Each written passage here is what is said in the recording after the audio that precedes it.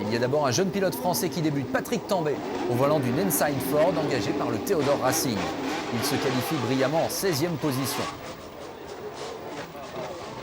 L'autre débutant de ce Grand Prix n'est ni plus ni moins que Gilles Villeneuve, qui au volant d'une vieille McLaren M23 réussit un véritable exploit en se qualifiant en 9e position. Une grande amitié unit déjà les deux jeunes pilotes qui verront souvent par la suite leur trajectoire se croiser sur et en dehors des pistes. Il y a ensuite et surtout les débuts officiels de la Renault F1 qui ouvre une nouvelle ère dans le monde de la course.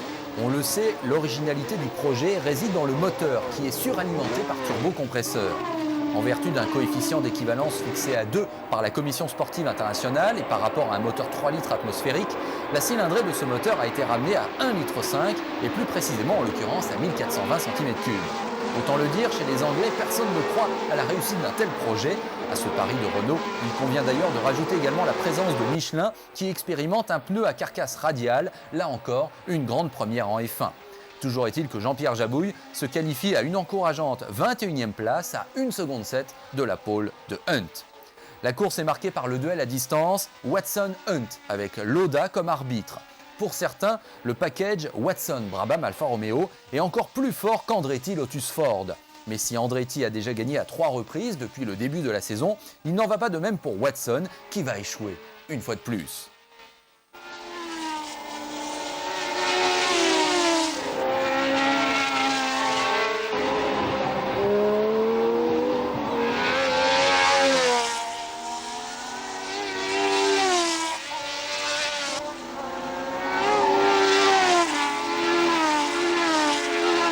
Jean-Pierre Jabouille sur la Renault abandonne au 17e tour sur casse du turbo.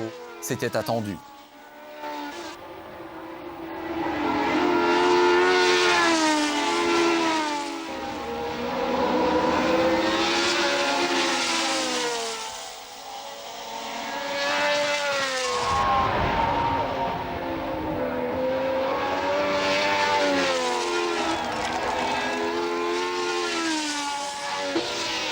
John Watson, de son côté, va attendre le 61e tour pour abandonner, laissant à James Hunt le plaisir de triompher à domicile.